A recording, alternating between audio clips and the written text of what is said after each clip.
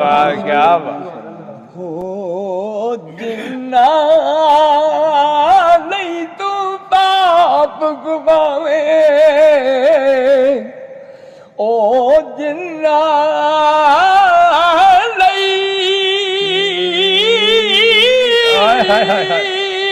ਤੂੰ ਬਾਪ ਗਵਾਵੇ ਉਹ ਕਿੱਥੇ ਨੀ ਤੇਰੇ ਘਰ ਦੇ ਉਹ ਜਾਂਦੀ ਵਾਰ ਡਰਾਉਣਾ ਬਣਿਓ ਉਹ ਕੱਢੋ